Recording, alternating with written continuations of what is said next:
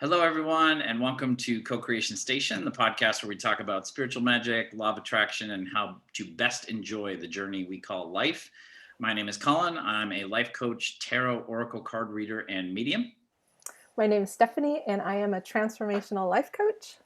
We want to thank you so much for listening to our podcast. If you're listening to the audio version on Spotify or on Apple Podcasts or wherever you get your podcasts, and also thank you for watching us if you're watching us on YouTube. If you do enjoy our show and you feel called to like us and subscribe to us, we would greatly appreciate your support. It helps us a lot. Each week here on Co-Creation Station, we talk about a different topic. And today we have our first Our first guest ever! Thank you, We are Alice. very excited to have Alice Olsher, who is a teacher of the Alexander technique in San Diego with us today. And Alice, welcome to Co-Creation Station. Thank you so much for joining us. Welcome. Thank you so much for inviting me. So exciting. We are super psyched to have you here. So we were talking before we went on the record button about how I know a little bit about the Alexander technique, and Stephanie knows, I guess, a little less. A little less. So we're all going to learn today. We all have I'm a lot to learn excited. today. Yeah. So I think what I would like to start is just asking you how you found out about it, how you got into it, and why it struck a chord with you early on. And then we can sort of ask you more questions about what you're doing today and that sort of thing. Okay, so that's easy. The story that I love to tell is that I grew up in California. I was born in the Midwest of the States, grew up in California, and then I was studying singing and acting, which I love to do in Hollywood. And then I moved to London to study theater. And at that time was the first time I met my very first Alexander technique teacher. So the story I love to tell is how I was not so confident when I was growing up and was always looking for something. And I was also always very helpful. So when this lovely woman walked in to the drama school, and she was actually auditioning for the job of Alexander technique teacher in the drama school. And she asked for a volunteer. So I raised my hand and I went up and she put her hands on me and everything changed in my whole system. Wow. And I was a perfect person to choose because I was pretty squashed down and, in my use of my body, but her very, very gentle, almost feather-light hands had a energy in them, which we call direction in the Alexander world. And suddenly I transformed visually, and she got the job. Wonderful. I became her Alexander technique teacher. And I remember, I love also to tell this story when I'm working with young actors, that people said, oh, that's great, and it will help with your voice, and it will help, you to speak more clearly. And I thought, this is going to save my life. That's what I thought. I knew it at the time because it was an inspiration of how my system could come together. That knowingness, we talk about that in several of our episodes, like you knew. It's just knowing. Yeah. So that's how I came to it. And then I carried on having lessons. We had like 10 lessons given to us as part of the theater training, but I never stopped having lessons after that. I then moved on to work with this lovely woman whose name is Mary Holland. And she was teaching at a place called the Constructive Teaching Center, where she'd done her training. And that's where I met the people who ended up being my trainers, Alice and Walter Carrington. And I carried on having lessons there for many, many years. I had lessons for 15 years before I went into the teacher training. Wow. Because I was really, really determined to do my acting. So I understand now that Walter said, yep, she'll be back. And do her acting and she'll be back. Because he knew. He totally knew. So I met I met them when I was 20 years old, something like that. Wow. And I did my acting, which was super fun. And then I got to the point where I decided it was time for me to train.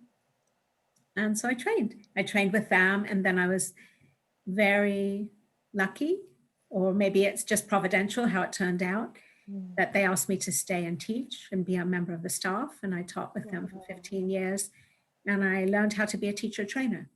So then when we came back to California in 2005 for family reasons, Dilys Carrington said to me, if you don't come home, you start a training course. I've trained you to be a trainer. So Wow. that's how I started doing teacher training in San Diego. Oh. And then last year, when it's a hands-on work that I do, I put my hands on people and it changes their system. It brings them back into balance and coordination, which both calms the system as well as wakening it up.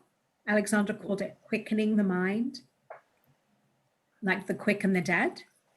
And so it does, because it brings you into coordination in the system, which allows the mind to think more clearly, more focused. So are you moving energy? What is actually happening? So I'm working with my own use, which is what you start to learn when you have lessons. You come in and someone puts hands on you and they've already done all this work on themselves. And then I'm meeting the other person where they are with their energy. Basically, all of us had beautiful natural use when we were born. And it gets interfered with for very many reasons at very different stages of our lives. But if you watch a baby who lives in a particularly normal, I suppose normal-ish household, and you watch their development, you can see how they learn how to turn over, roll, and their coordination is just there. And then Innate, natural, yes. it's naturally there. Mm-hmm. And then it gets interfered with for many reasons, by watching their parents who have had their use interfered with. So the way they use themselves, they could be squashed down or whatever. They watch that.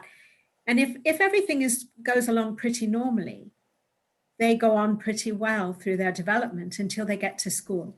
And that's where it starts to really get Yeah, I laugh because school is, children change when they go to school. Well, right. That happen. I mean, the education system has it's trying so hard to do something, but I have many views about that. Yeah, that's a whole nother topic. It's a whole other episode. Although it's very connected, it's another topic, but it's also connected. Correct. Because the thing with the education system is that they're stuffing information in rather than drawing forth. Yeah. And they're putting people on chairs that don't fit for them. And they're telling them to try very hard. And the trying very hard starts getting them to tighten, shorten, and pull down into themselves. And then they're teaching them to write. And their legs start wrapping around the chair, and they can't. And they're squished all down, and then they can't breathe very well. And then they're looking up, and because they haven't behaved exactly perfectly, they've had their little smiley face taken off the board, and then they squash down more into themselves, and they're not breathing. They're told to hurry up, way past what their system can do. And I love to tell that it's kind of like if you imagine a tiny 2-year-old and how little their legs are, and they start walking with a very tall dad, could be a mom, but very tall person, and they're just walking at their own pace, but the little child can't catch up. So they're always just tripping just a little bit in order to catch up. And what the Alexander technique does is it lets them come back to themselves. So they get connection through to the ground and above their head, and all connected all the way through. And that's what it has to offer with hands-on, because that energy is transferred, because when you go and have lessons, you start to learn how to stop, you start to learn how to allow that to happen. And then when you go to train, you learn more. The teacher training is just more of the same, learning how to stop, which allows that direction to come through, so that then when the teacher's working with the student, they put their hands on and they meet the person where they are. And they're not pulling them or shoving them, particularly the way that I trained in the Carrington method. There's no putting them into a place. It's really together we find this natural use that everybody has, which is what Alexander found out when he just started working with the fact that he couldn't speak without losing his voice. And he went on this whole adventure because of that. It sounds so loving and nurturing, and just, it sounds absolutely beautiful, like very respectful and nurturing. Yeah, it's wow. And respectful is a really good way to describe how it's taught too, because teaching Alexander, you're teaching like from here, not from up here. You're not bossing people around because you're meeting them where they are. And the interesting thing is that I didn't know if I could do this online. I really didn't. And Collin can tell you that it does work online, but I didn't know. I had to figure out. So what I've understood is that I can stay with myself, and it comes through my voice and my words, and I can still stay with the person where they are. Yeah. And yes, it's very respectful. It's a really respectful, mutual respect. It's taught through mutual respect. And a lot of accepting, like really accepting someone where they're at. Yeah, I love that, meeting them where they are. The thing that was, I mean, there was a lot of things that were interesting about my lesson with you, Alice, but a lot of times, because we talk about that a lot, about how in different ways we come into this world kind of natural and kind of perfect, and then whatever, like society and education and traumatic experiences kind of mess with that. So when I hear like a health, any sort of health practitioner say, oh, we're going to restore you to your natural whatever, it's great, but I also start to cringe if I have to do it, because it's going to be like, well, now I'm comfortable in this like screwed up way that I've learned, and it's going to be uncomfortable to go back to what's natural. And that is not the experience I had working with you at all, because and just to let Stephanie know, so I'm a musician, and what I really talked to Alice about and why she offered to work with me was because I've had a major issue like practicing guitar throughout my life. I just don't enjoy it. I love writing songs, I love playing songs, but I can't stand practicing technique.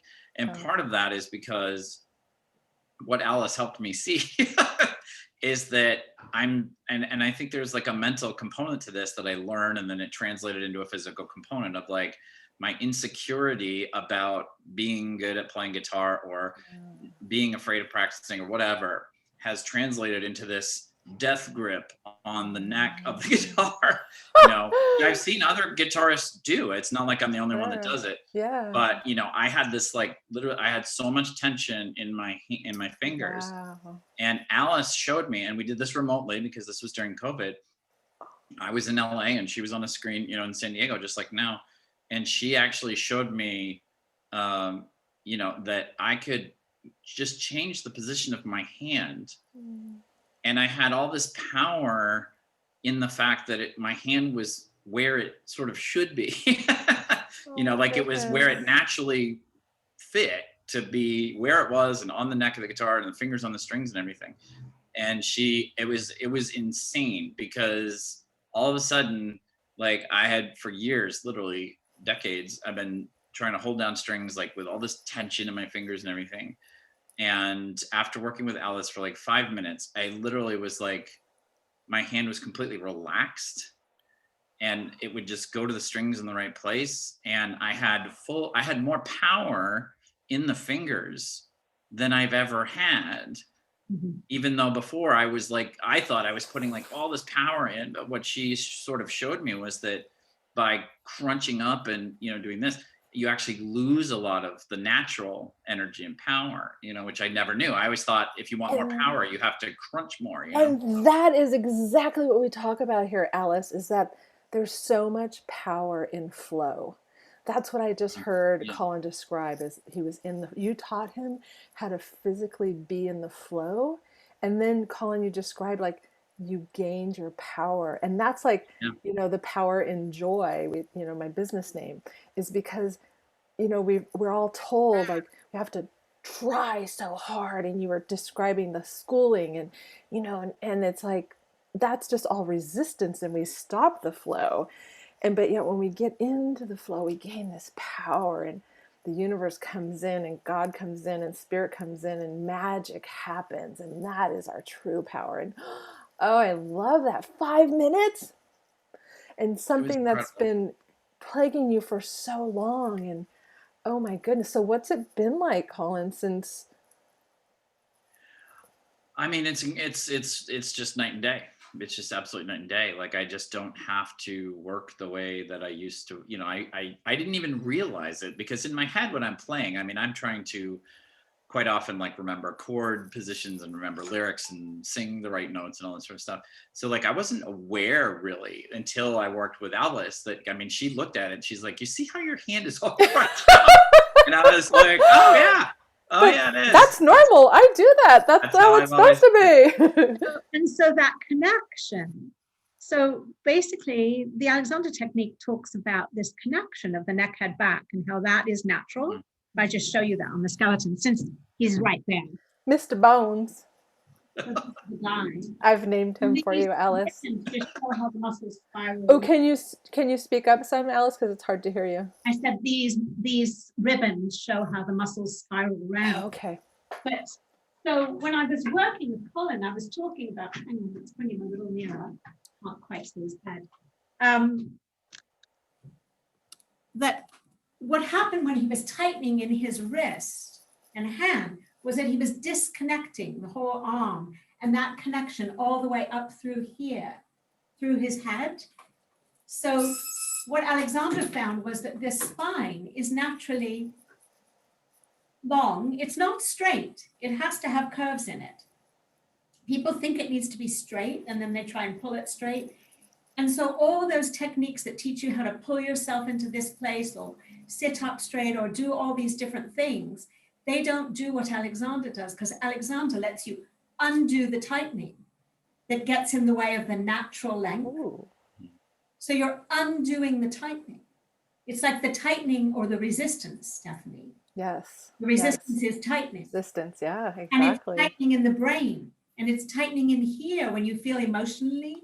Yeah. You're tightening here. You can everywhere. So I'm teaching people when they're tightening, but we're looking for them to allow this length. And the length comes all the way through to the feet, which is connection. So what Collin was doing was tightening through here and all the way up through here into the throat, where he was trying to sing, and into the head. So I got him to lie on the floor so that could help him undo, because that's something you can do. And like one of my students, who's actually now a lovely teacher for 10 years, said, and it's free. You lie on the floor, you put books under your head, under the skull, and you put your knees up, and it allows the spine just to come to length. Oh. And you just allow the hands to just rest either on your tummy or like this, and you don't have to do anything. It's just so your knees are like this? Your knees are bent and your feet are on the ground. On the ground, okay. And then are you using 1 or 2 books? Like what would be the height? Well, I sort of work with people to decide the height with them, but if I were to say, I would say if you put your hand like this, then probably the width of the 4 fingers. Okay. And it goes under this bit of your head, not under the neck. So this flat part, the flatter part? The skull, under the bone. Okay, skull. Yeah. If you put your hand on your neck and you follow it up, you'll see where the skull is. Yeah. So it's that joint that people tighten. That's where they start to tighten. Yeah, because I carry a lot of my tension in my neck and my back, my shoulders. So this lying down might be wonderful for you. And I've heard other people like yoga, or I think my chiropractor, my homeopath, other people have told me about lying down and even putting my butt up against the wall and having my legs. But I've also heard similar to what you're saying. So I'm going to try that. That's fabulous. Yeah. So the thing about doing that And then we're allowing that thought of the length, which then Collin was thinking about. And so I got him to think of letting go to length. And then to think of the fingers, because was it the fingers on the frets? Yeah. Okay, Yeah, so when he was making the chords, yeah.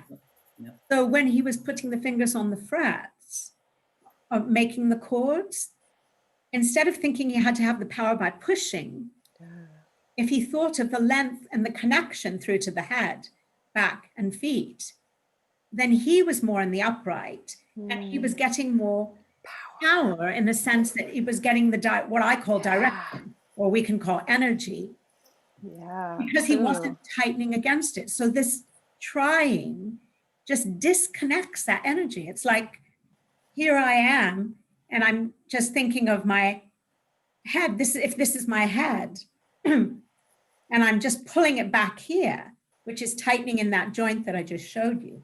Now, if I just stop tightening there, it just does that. And it goes forward and away and allows this whole thing to lengthen. Flow. Yeah.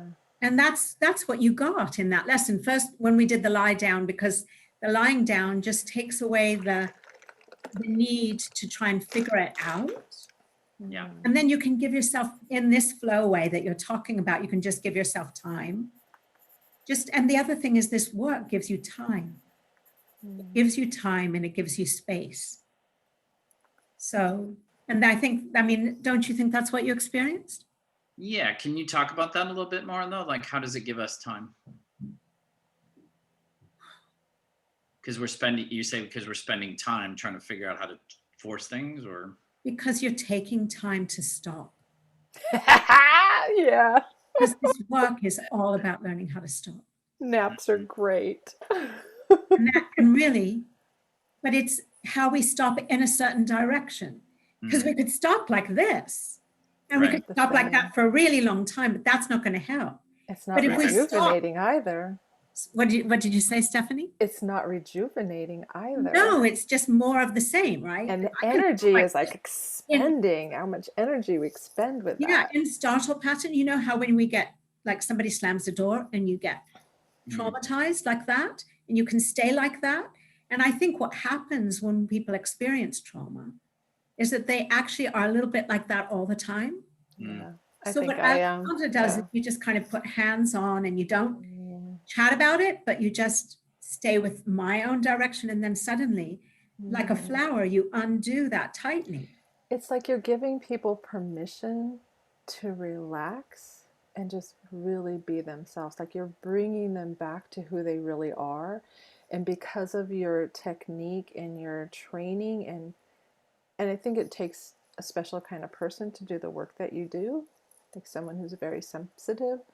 It's like, it's almost like that, how we wanted to be cradled by our mothers, you know, just like gently, like, it's okay, you know, kind of. That's what I'm feeling like when you say that. And it's just like like all is well in the world.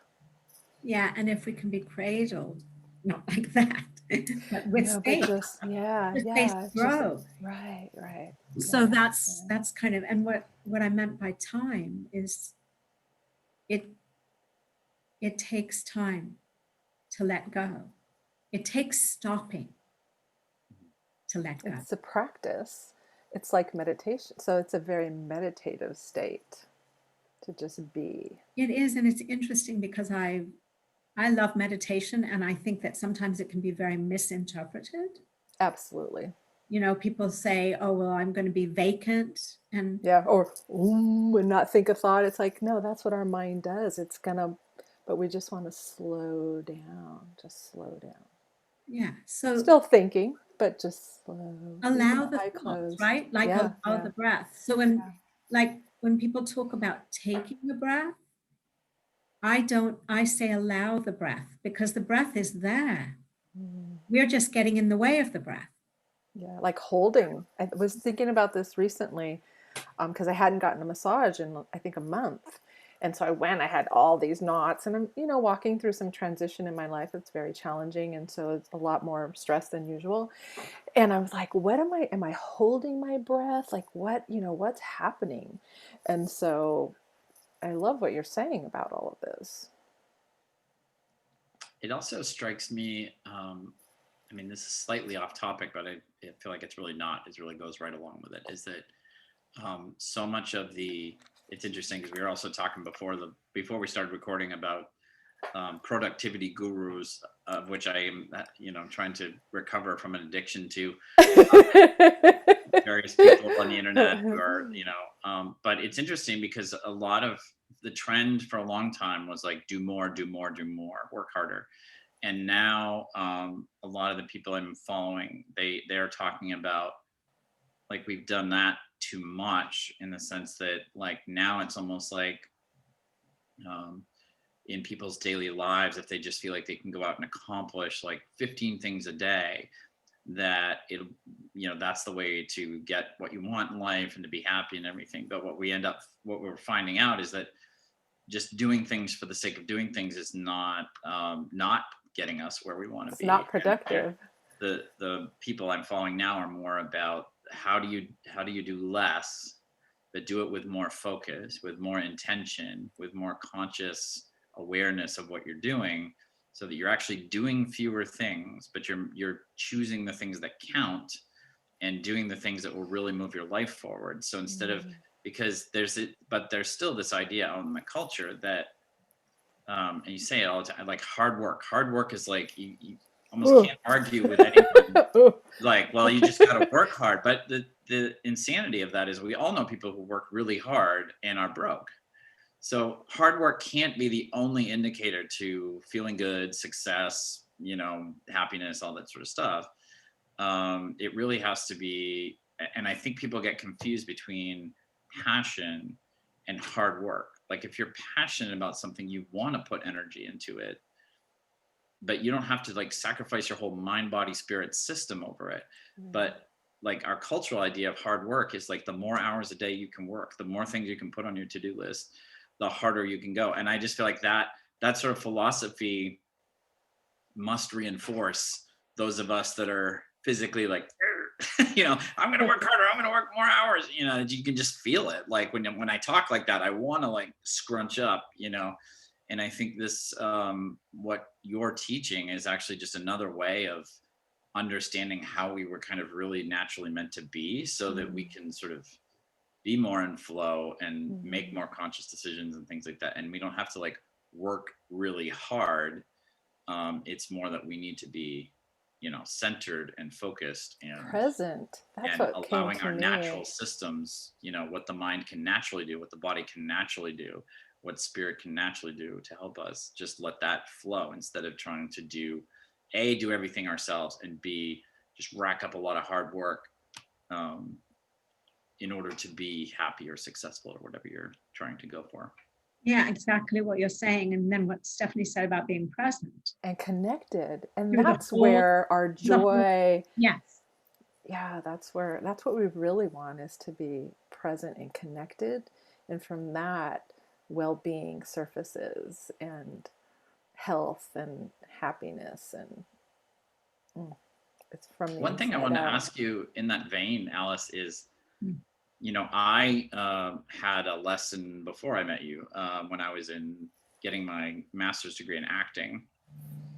And that's how I had mentally associated it. It's like, oh, this is something that actors discovered, actors use it, and it's only for actors.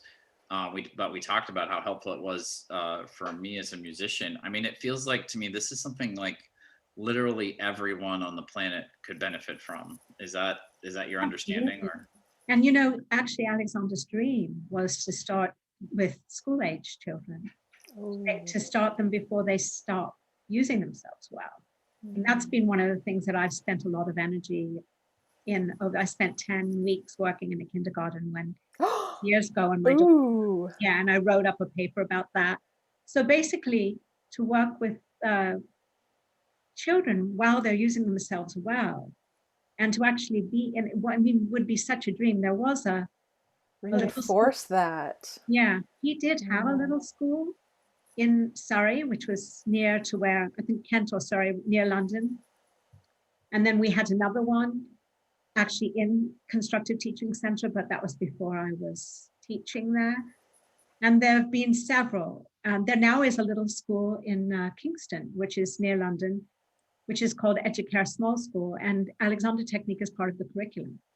Oh, wow. And it's incredible. And I can send you the link to the videos because they've done this wonderful, we were doing this big conference and then everything was thrown online. So they've just made it available. So it's available to anyone to look at it.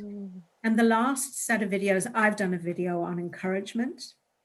And it's kind of a mixture of the creative dramatics work I did when I was young and the Alexander work and this positive discipline parenting stuff that I did.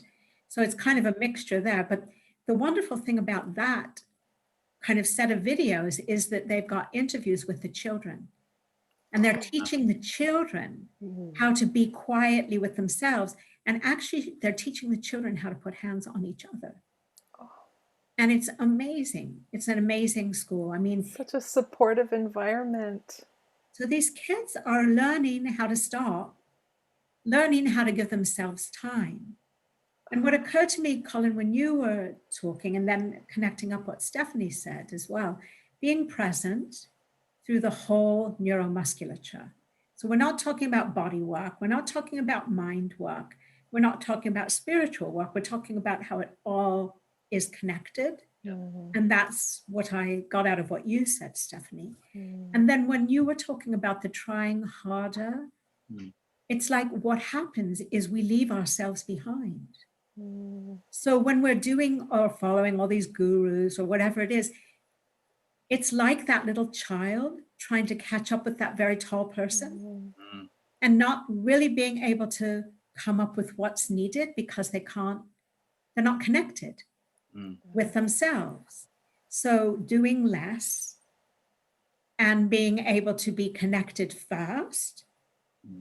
And yes, you have to, before you make the choice, right? Connected so when you're first. making a choice about the next thing, if we make it from this panicked place or somebody else's idea, I mean, of course, we've got Alexander's idea, but Alexander's ideas are how do we come back to ourselves? Our own. Yes. And it's, I work with people where they are to work through their issues, whether it's playing an instrument, whether it's singing, whether it's acting, whether it's sitting at a computer, and in pregnancy, all the way through pregnancy to childbirth, I work with people, which is so super because then, like one of my teachers that I trained, I worked with her through both of her pregnancies and all the way through the labor of her second child. So those children came out with their own natural use and tons of Alexander direction. So when they get very rowdy and they're here, and now she can too, because she's a teacher, I would just put a hand on and say, hey, and they stop and come back to themselves. And she uses this language like, what does your body need right now? What do you need right now? And the older one would say, I need to stop. I need to rest. Then once the stopping, the connection, I need to rest. I'm hungry, Mom. I need a drink of water. So teaching, it's a great skill to teach children that they can use throughout their lives. And it's wonderful to teach people, and nobody's perfect at this, and I'm certainly not perfect at this, even after all these years. We like perfectly imperfect here. And well, thank you. And I do that. But it helps with reactivity. So that if you're feeling like you're going to have a strong reaction again, at somebody, we have a tool to, I could wait, I could stop. And you could ask my daughter, like, why are you standing at my door? Why don't you move? And because I can't go until I've stopped first. I have to stop and then not react in a negative way. And, I always say it depends on the stimulus, and the component of self-care, we need to do a lot of self-care, but this is a great tool for self-care and it fits. It's fabulous. I was just thinking, like, when he was like, what do you need? And I thought, oh my goodness, when you said that, I was like, do you know how many addictions would never I flare was up thinking that same thing. Yeah. if we are like in tune with what we need? Like for me, sometimes I've been taking a nap. I think I've taken a nap twice in the last 2 days, which it's really challenging for me to stop and allow myself to do that. And I was thought, God, when I can ask myself, what is it that I need? Because I actually went to the fridge and was like, it's not even mealtime. What am I doing? This was like an old behavior I haven't done since I was like 20 years ago or more. And I was like, yeah, just shut the fridge. It's like, I need to go lie down. I need to go lie down. So, but that, I Yeah. I mean, love that. I think there's, I think that is like a almost universal issue. Like in my, because I, like a lot of people, suffered trauma when I was young, and yeah, I mean, welcome to the human race in 2021. But We're all just doing the best we can, y'all, but parents.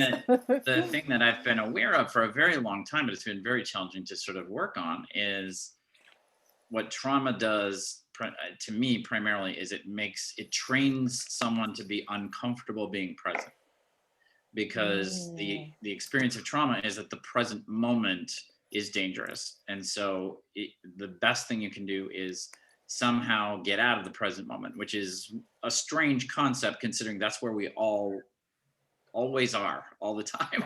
Like physically we're always in the present. Whether our mind is there or not, that's another story. Another story. We were like, yeah, back when we were 10. yeah, but I mean, that's to Stephanie's point. I mean, so much of, and not just like actual full-blown addiction.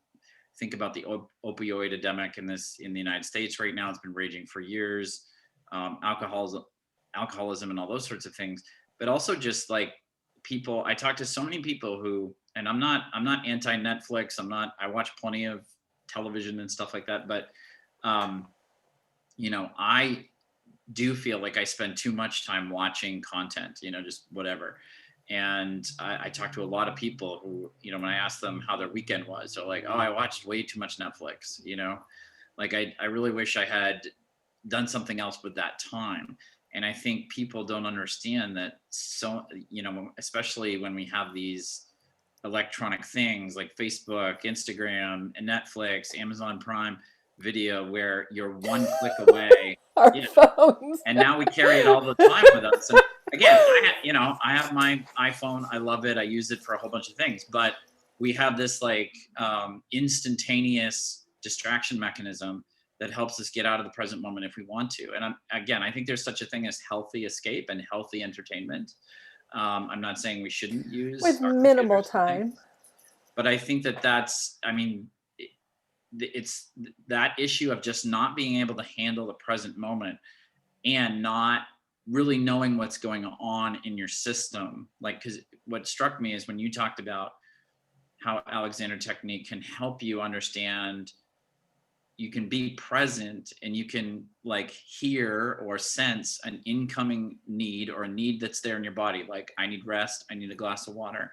And then that doesn't have to be a traumatic experience. That's just a normal, natural experience. You're like, oh, I need to go lay down, and you go lay down and rest, whereas a lot of, like trying to, like if you read a self-help book, and again, I've read many and been helped by many, but, it can say, well, you need to rest more. And so you can do the resting more, just like you were saying, Alice, you can do the resting more as like a to-do list. Like I need to rest more.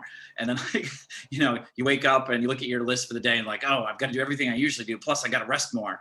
And you're actually using, the thing that really should help you as something to make it all worse, And so I think the thing that's most powerful in what you said is just that the Alexander Technique really is a training. It's like you're training yourself to come back to yourself, yes, but also to be able to be in yourself and actually hear your needs and hear your desires and really check in with yourself and be able to process that and make decisions without it being an urgent emergency, which I think is like, it seems like it should be just an obvious thing, but I feel like in our culture right now, that's like a revolutionary concept.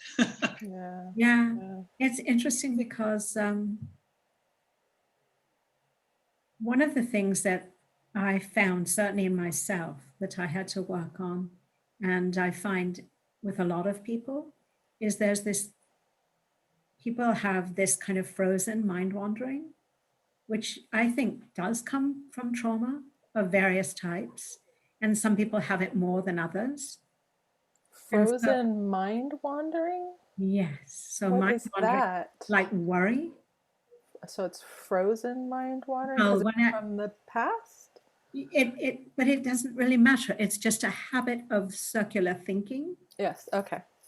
that goes on, and I call it frozen mind wandering because it's not conscious, Oh, okay. but it seems to where I'm just thinking when I'm hearing you talk about the trauma and not being able to be in the present. This has just occurred to me to put it in these ways. So this isn't just Alexander technique, but me and my experience of it. So if you think about being in trauma, so you're in startle, but you're frozen there. And then if you've been in an experience where there's been traumatic things going on and you've had to be physically in the present, then we learn how to space out. Like I remember when my mother would be shouting at me when I was younger. And I would think, oh, that's the time I can think about things because she's just going to be shouting for the next whatever time. Yeah. But it becomes a habit, Right. that not being able to be present. So therefore, not being able to hear what's being said, it makes it really hard to learn. Yeah. And one of the other things in one of the other modalities or whatever, the Adlerian, talk about building blocks so that you start out, and Stephanie, you probably know a lot about this, and I'm sure you do, Collin, too. You start out with these building blocks of causal thinking. You learn that it's safe. You learn that the world is safe. And then that's your building blocks to be able to start learning information on top. And if you don't have that, it's really hard to be learning on top. So I think Alexander helps you, it's not analytical, so it's not like therapy in that way. And I think therapy is great. So it's not that I'm against therapy. Right. But I'm just saying it isn't therapy. But what it does do is it allows you to be in the present in a very safe place with a lot of safe direction coming through your body and from the person that's working with you, if that makes sense. And so I just wanted to also say, one of my other colleagues just says what Alexander found out and what made him brilliant. He found out that we were perfect, basically, and our bodies are amazing and our system. Oh, my goodness. The whole system, right? Yes, right. And then we interfered with it. And Alexander found out that, and he found out that we interfere and how to stop doing that. Yeah, that's beautiful. And that's really what the Alexander technique is. Yeah. If that makes sense. And then it gives you all these other opportunities. And in order to do that, you have to stop. And I don't sort of point out to people what they're doing wrong because I don't think that helps them. Right. When I'm working with them one-to-one with my hands on in this studio when it's allowed, because what happens is they stop doing it. Yeah. And one of my other colleagues said to me, well, if you don't point it out to them, if it wasn't pointed out to you, how did you change? And I said, well, because when Walter Carrington put his hands on me, all the pulling stopped. And I went up into this direction of the primary control. And that repetitive stopping, I just got, every time I stood in front of the chair, because we work in and out of a chair, because you have to sit down, stand up all day long, Alexander started, oh, we might as well use a chair, something people have to do all day long. And so you start to stand in front of the chair and stop, and the system connects.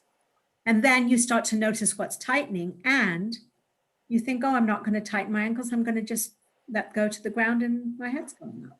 But it's the experience in the system that you get, which then you recreate.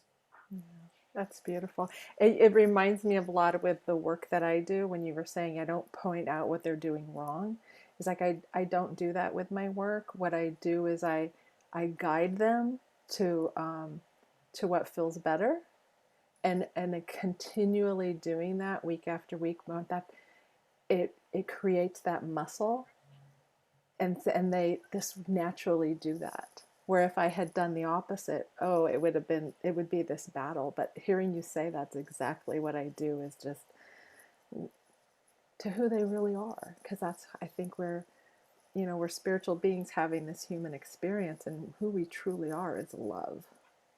Yeah. It's just guiding back to that, and that's what I hear with the Alexander method, is like guiding us back to who we really are. Yeah. How our bodies just naturally are amazing. Alice, I think we could talk to you forever, but we are running out of time. So I want to make sure we provide, if we'll put links and things down in the description of the podcast and the YouTube video, but did you want to say it for people who may be listening in the car or something? Did you have a website, or how can people get a hold of you? Sure. So I do have a website, and it's called Alexander Teaching Center, spelled CENTRE, the English way, .com. And that's my website. And on there you can find my email address, but my email is aliceolsher@gmail.com. And you can contact me that way. And I'm very happy to talk to anybody further. If you're interested in the work, I usually chat with people on the phone, and we talk it through and decide whether it's for you or not.